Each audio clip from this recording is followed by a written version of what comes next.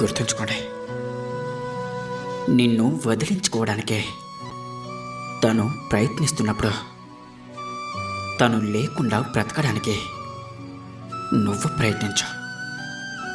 అర్థమైందనుకుంటా.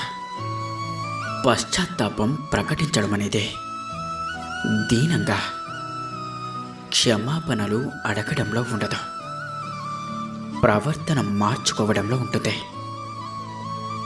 గుర్తుంచుకోండి, మనిషి కోరుకున్నది ఏదైనా పొందలేకపోతే ఎంతో బాధపడిపోతాడు. కానీ కోరుకున్నది సులభంగా లభిస్తే